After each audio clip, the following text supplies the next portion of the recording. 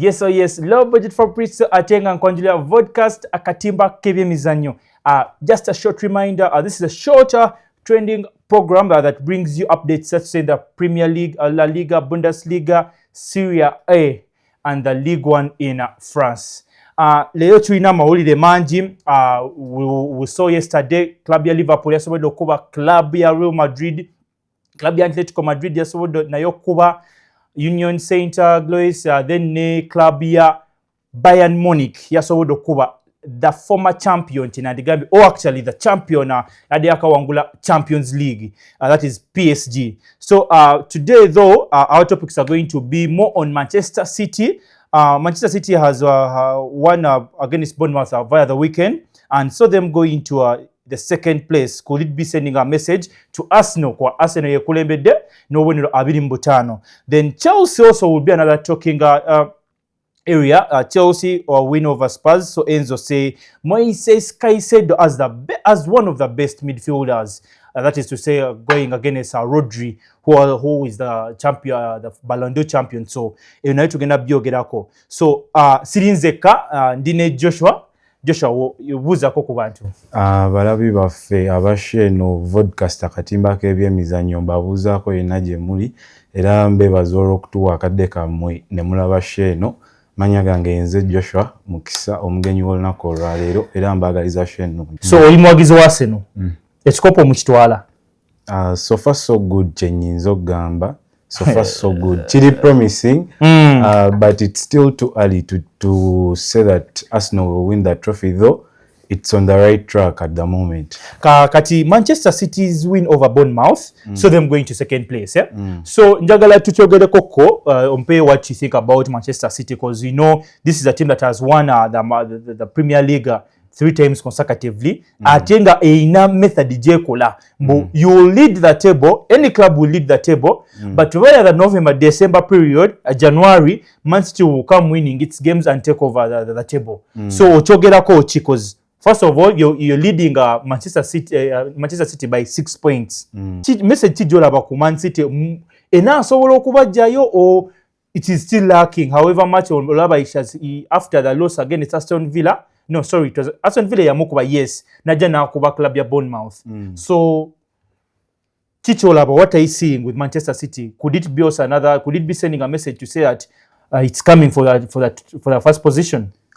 Kyenyinza okugamba ekisokera ddala wabaawo ttiimu yonna Mikel Arteta gy'atandiyagadde kusemberera Arsenal mu title race erina kuba Man City, cause bano baaliko bakama be era amanyi experience ne coach gwe balina obumanyirivu bw'alina mu kuwangula ekikopo kya English Premier League. Arsenal so far ekoze bulungi naye erina okwongeramu, cause emipiira gyonna bawangula teba concedinga, but they are scoring only set piece goals okusinga, which is dangerous, cause webana asamba match set piece goals ne zibula kinaabeera kitya. Will they win? They have to find a plan B, which I think has to come from opening Jokeris goal scoring form, which at the moment is not good, because he has only scored about four goals in the Premier League and 2 in the Champions League, which is not a good turnout for him as a striker of his caliber. Kyenyinza okugamba nti Man City so far season eno gitandise bulungi kubanga form ya Haaland ekisookera ddala nnungi. Ate bakoze alina 13 goals in 10 games, which is a very very good goal tally, cause ne bw'otunulamu ku ba top scorer amuddirira Igor Thiago wa Brentford alina goals 6 ate nga toyinza namulirayingako nti anaasobola okuteeba goals n'agoba Haaland. Consistently, so, yes. Haaland bw'abeera ku form bwetyo kibeera dangerous nnyo eri abo abaagala ekikopo kya English Premier League, cause Haaland asobola okukwata zino team zonna ezakava mu championship najja nga azikuba hat-trick. Ekyo kiba kiyambako Man City ogoba emipiira. Then kyenyinza okugamba Mikel Arteta alina okunoonya engeri Jokeris gy'atandika okuteeba goals mu open play ng'ovudde ku bino ebya set piece, cause maaso saa zino kibakolera nti bateeba goals at set pieces, but teams are studying them, and time is going to come when teams have learned to defend those set pieces, and it will be bad if Arsenal fail to score because they have been relying on set pieces. Era katono nnyo about Haaland woyogedde. because we're tutunulira goal tally ya Haaland right now, and I compare it to the season when they won the Premier League. I'm going to look at the midfield. Jebaine ya De Bruyne, Bernardo Silva, ne Mpoze Gundogan. Yeah. Sawa zino, agenda mu Galatasaray. Nagenda mu Galatasaray. Yes. So, but that was by then when they won that treble. Yeah. So sawa zino, I'm looking at a Manchester City that has Rangers and has Ryan Cherki. Ryan Cherki yade yakafuna obuvune. So kudai tugambe mbu midfield sawa zino ya Man City eyinza obutasobola kuwangusa Manchester City chikopo actually wana na mtu ala mu kisooka because its midfield is really lacking.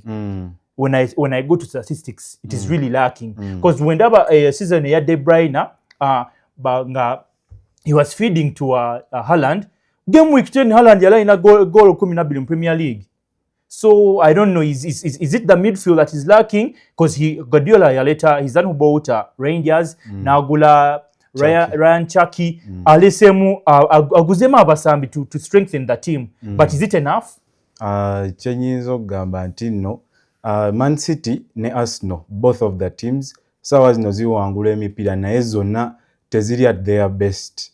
Man City chenyizo gamba nti that's the reason why they bought Ryan Cherki. They bought him to try and replace Kevin De Bruyne, which is very hard, but he has to do his best. But he showed what he can do over the weekend in the game against Bournemouth. Yes, because he assisted Haaland both goals. Yes. And namulabye nga celebrating ku goal yasoose ya headings omupiira na celebrating nga Haaland tanatuuka mu box nga akimanyi Haaland kemutaddawo maaso ekiddako ffenna naye obuzibu obuvuna nasobola ajja kusobola cause ekyo kidde eri coach ayina managing game time gyamuwa n'obudde bwamuwa ku kisaawe n'emipiira gyamuwa ayina ogironda musi nti buli mpiira ayina ogusamba ayina olondamu emipiira egiri crucial then namprotecting ku games z'amanyi nti team ziri physical namuteekamuko namugjayo naye kyemmanyi Man City tenaba kugeringa kuba bakola signings nyingi baleta Rangers ne baleta Aït-Nouri naye tannasamba abadde Muradi yakadda ne baleta Donnarumma ne baleta Trafford ne Mamushe yajja mu January transfer window last season naye oyinza ogamba nti no tanna clickinga kutuuka ku price tag gye bamugulako eya sente nyingi naye nga kyemmanyi as the season goes on bajja clickinga and it will be very dangerous eri ba opponent baabwe because Man City buli lwegenda ng'egoba emipiira abasambi bagenda ne bagaininga confidence ne fall kyebatayina last season we baaloozinga emipiira emingi so Man City buli lweyongera okugoba kiba dangerous nnyo cause kiyongera confidence yaabwe waggulu. Koyo omuwagizi wa Arsenal on the 8th of November will be playing Sunderland, which I feel like, of course, Arsenal win. Then after the international break, 23 November, Arsenal will be playing Tottenham Hotspur, the London Derby. Then ejakuzako ku 30th ejakuwesamba club ya Chelsea. Then inane Brentford. Ne makatao between Tottenham ne Chelsea now Bayern Munich. And that fixture is a bit hard. Naye ku form Arsenal Jaina when I'm to compare it to the Tottenham Hotspur's form, of course Arsenal would be favorites to win the game. Then Bayern form 4. Bayern enough form. It is the only club that is to say in Europe that has not yet lost any game in all competitions. True. So ndaba it's going to be another tough fixture for Arsenal. Then ezeko club ya Chelsea which will say mbu nayo eze elaga it can make it to the top 4. Actually, it can make it to win the Premier League. Olabanga Enzo Maresca bambi ku Chelsea je yajjako nga yakatuukako aji improvinzemu nnyo to right now the current situation jerimu. Then club ya Manchester City, when I'm to look at the fixtures, 8th ejakuwesamba club ya Liverpool. Then 22nd after the international break ejakuwesamba club ya Newcastle. Then 29th esambe club ya Leeds United, then near Fulham. Daba its fixture na you inamu 2 tough games, that is to say Liverpool and Newcastle. So both teams have a hard fixture coming in front. Na ye there's no club sawas in the tunulido. Why? Arsenal is leading with 25 points. Atien tunulirenga club ya Manchester City egoba ngenonyo obonero mukago kwata club ya Arsenal. Na ye nga Joshua woyogedde mbu ekikopo it is too early to give it out. Why? 2022-2023 season, Arsenal led the English Premier League for over 248 days. Man City and Man City was inconsistent that season, so it was chasing Arsenal in the second throughout the season. But when Arsenal went and played Bournemouth in April 2023, it drew the game, and Manchester City on the other side won against Newcastle away to overtake Arsenal that season. And it was only 5 games to go in that season, and Man City managed to consolidate their first position until the end, which saw them clinch the English Premier League title. And that was the first season actually for Arsenal to be in a title race. So many people sympathized with Arsenal because they were saying that Arsenal players didn't have the experience to keep their lead on top of the table. But since then, Arsenal has never had a clear chance to lead the English Premier League for that long. Yeah, so it is still early to give out the Premier League title. Let's wait maybe for late February, early May, April, I don't know. Tulinde tulabenga ate tugabe ekikopo cha Premier League. Then katono nnyo, we're going to talk about Chelsea. Chelsea won over Spurs 1-0, courtesy of João Pedro, assist for Moises Caicedo. So it is the post-year conference, yeah? Enzo Maresca yavayo n'agamba mbu, when I look at Moises Caicedo right now, he is one of the best midfielders, comparing him to Rodri. What do you say about it? Nga coach yenna olina okwogera ebintu ebizaamu omusambi w'amaanyi. Moises Caicedo musambi mulungi, era olwotunulira price tag Chelsea gye yamugula obukadde nga 10-15 okuva mu timu ya Brighton.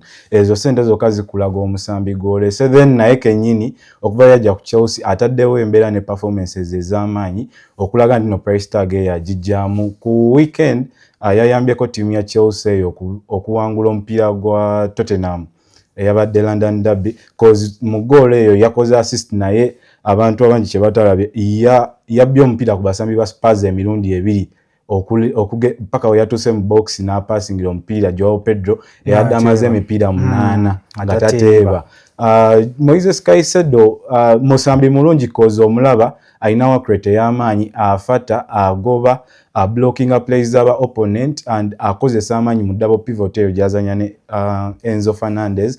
But to me, I think coach yakyogedde ku motivating musambi we na ku muzzaamu maanyi, naye nze ndaba Chelsea zebeera n'abasambi abalungi bwe batyo mu number 6 eyo twalaba ku Ngolo Kante paka we yabavaako n'agenda e Saudi, then bayina ne Claude Makelele mu biseera bya Jose Mourinho. So Chelsea zebeera n'abo abasambi, naye bonna tukoma kubogerako. Nze ndaba Caicedo okumaking ekyo coach we kye yamwogeddeko, alina genda mu teams eziwangula ebikopo consistently nga Real Madrid, n'agenda n'asamba ne ttiimu ez'empanguzi kuba kati Chelsea ekola bulungi, yagobye omupiira naye tetumanyi oba at the end of the season enawangula Premier League oba enawangula Carabao oba Champions League, naye yetala nagenda mu ttiimu ezo eziri high profile ezisobola okuchallenginga ku bikopo ebyo. Kati Joshua katono nnyo njagala tuneminge 5 top midfielders or the defensive central midfielders, CDMs, yeah?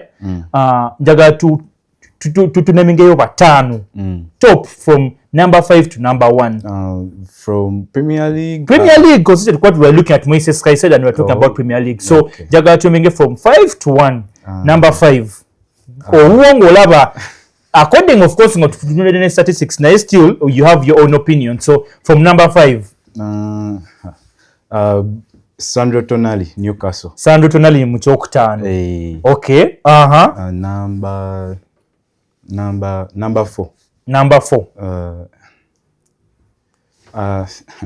Kibuzo kinsuddeko obusuuzi. Kale, inze kankwe tabakuwa mu order kale so mpa ababo. Let me give you a 1. Of course, Tonali gweyogeddeko inze Samuel Chakutano because he has been actually a very good player for Newcastle. Now wetunya what he has been doing for the club. But 1 ngatandika ku number 5.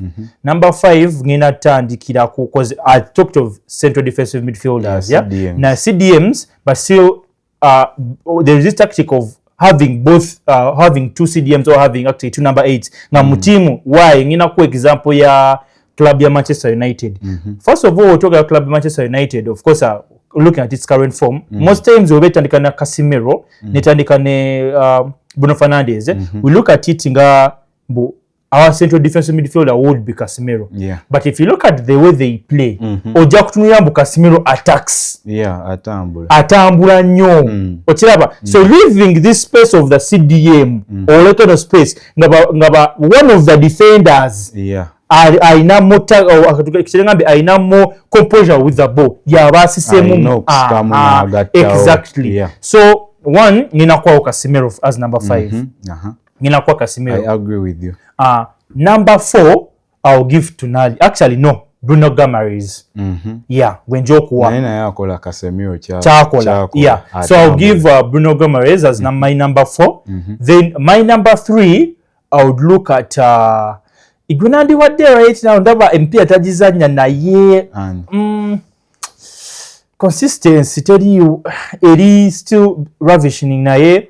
I will give Gravenberch as my number 3. Gravenberch. Yes, nyakwa Gravenberch. Yeah, season enungi. Last season yes, yazanya bulungi. So I'll give Gravenberch. Then inja kuja muchokubiri mpe Moises Caicedo.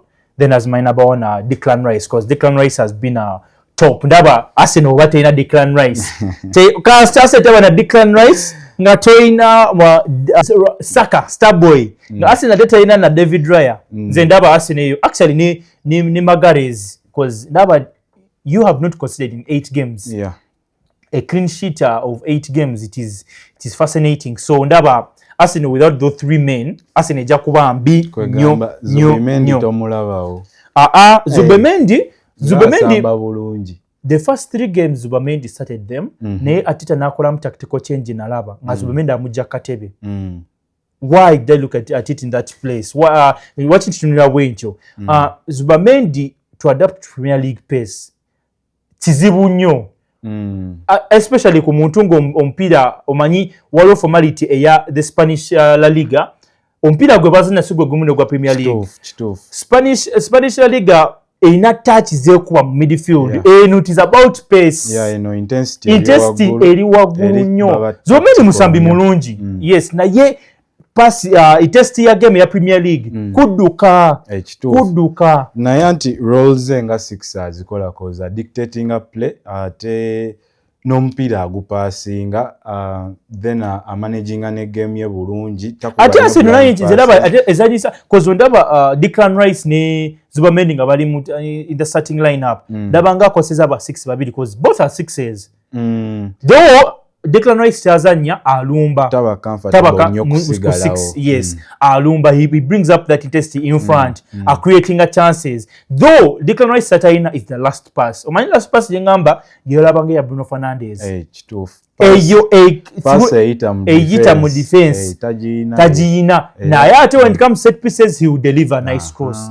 When it comes to intercepting he will intercept. Never create aina box to box. So actually I think when I look at English midfielders, he's one of the best actually, because most of them are hyped, most of them are highly rated, but this guy has worked for his number actually, for him to be called one of the best midfielders in England. He's actually among the captains of England, the vice captains after Harry Kane. Kuba wendaba sente ze bamugola, he's worth the money. So njagala tugende on our other topic. Last week nalaba ku comments zaffe zetwalize tulina omu kubo ku balabe baffe yajja n'agamba ku guest guddamu okuleeta twagala tulina anemingeyo his top 5 summer signings abakakola kinanigambye abaleese ko ku change into their teams abaperformize well.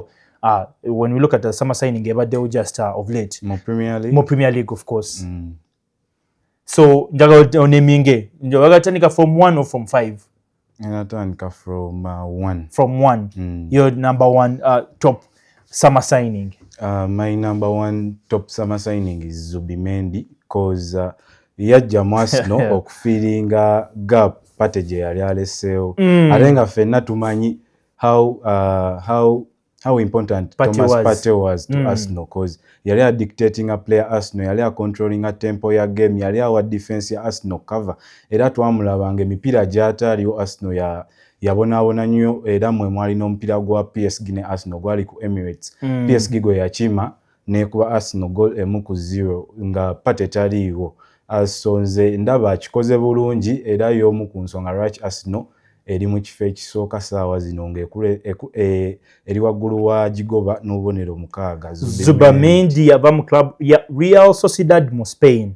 So Zubamendi is number 1 on the list. Number 2. Number 2 is Brian Mbeumo. Brian Mbeumo from Brentford. Bw'otunuulira Mbeumo ono yali ku Brentford last season, yateeba goals 2. Yes, 20 goals. 20 goals for Brentford last season. Actually, it was 25 GA with 5 assists. Yes. Kikulaga omusambi kyali era ne price tag ye bw'ogitunuulirayo obukadde 7 mwakamu. Agimatchinga cause okuva we yajja ku Manchester United ataddewo embeera then threat to team ezo ez'amaanyi kuba ye ku Brentford tewali tiimu gye yali tateeba oba Man City oba Arsenal, and akikulaze cause neno season ku Manchester United mu mipiira eminene standings out yateeba Liverpool n'ateeba ne ku Brighton era ssaawa zino alina goals 5 ne assist emu ndowooza mipiira 10 ku Manchester United. Yes. Yeah, so you can't overlook his transfer move. It was spot on. Ate era ne coach yali amwagala mu kujjaawo kuba ne Spurs yali amwagala. Spurs actually yasooka okulaga interest, then Manchester United we yabiyingiramu ne hijacking transfer mpaka we yajja eno ku. Okay, number 1 Zubamendi, number 2 Brian Mbeumo omuzava Cameroon, yava mu club ya Brentford nagenda mu club ya Manchester United, and that was a contract was staged at 71 million pounds. So number 3. Number 3 ngenda teekawo Donnarumma, the goalkeeper Donnarumma, okay. Manchester City from PSG. Donnarumma fena tumanyi mukwasi wa goal era nga yali ku side ya PSG season ewedde, yakola bulungi alenga nze ndowooza.